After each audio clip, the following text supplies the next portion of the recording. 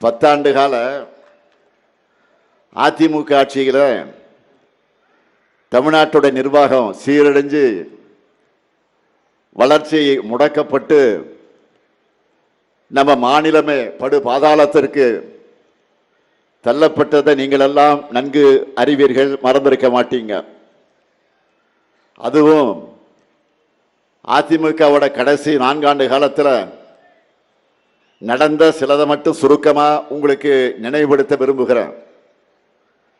அம்மையார் ஜெயலலிதா வாழ்ந்த குடநாட்டிலேயே கொலை கொள்ளைகள், சாத்தான்குளத்தில் காவல் மரணம், தமிழர்களுடைய மனதை பதற வைத்த நீட் தற்கொலைகள், இளம்பெண்கள் கதறி அழுத பொள்ளாச்சி பாளைய வன்கொடுமை, அமைதியான ஸ்டெர்லைட் போராட்டத்தில் அப்பாவி பொதுமக்கள் மேலேயே துப்பாக்கி சூடு, இது எல்லாத்துக்கும் மேல டெல்லிக்கு காவடி தூக்கி சிஏஏ 3 வேளாண் சட்டங்கள் போன்ற மக்கள் விரோத சட்டங்களை, சிறுபான்மை விரோத சட்டங்களை ஆதரித்து நீட்ன இடத்துலலாம் கையெழுத்து போட்டது என தமிழ்நாட்டோட நிதி உரிமை, மாநில உரிமை எல்லாவற்றையும் அடகு வச்ச